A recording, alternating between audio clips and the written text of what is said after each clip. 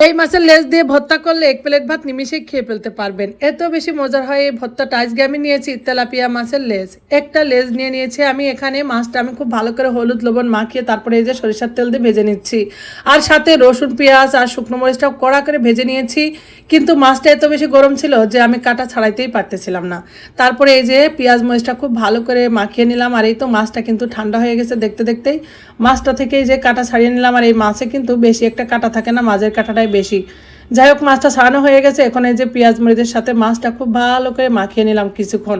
আর এখন এই যে দিয়ে দিলাম পেঁয়াজ কুচি, সাথে যদি একটু ধনিয়া পাতা দেওয়া হতো তাহলে আরও খেতে বেশি ভালো লাগতো, কিন্তু বাসায় ছিল না।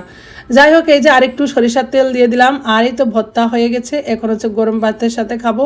এটা খেতে যে কি পরিমাণ মজা ছিল, যে কেউ আমার কাছে মনে হয় এই ভর্তাটা অনেক বেশি পছন্দ করবে। আর এটা গরম ভাতের সাথে খেতে কিন্তু বেশি ভালো লাগে। এই যে আমি কাঁচামরিচ দিয়ে খাচ্ছিলাম, কি বলবো, অনেক বেশি মজার হয়েছিল। আমরা তো সবসময় ইলিশ মাছ রুই মাছের লেজ দিয়ে ভর্তা করি, কিন্তু তেলাপিয়া মাছের লেজ ভর্তাও কিন্তু অনেক মজার।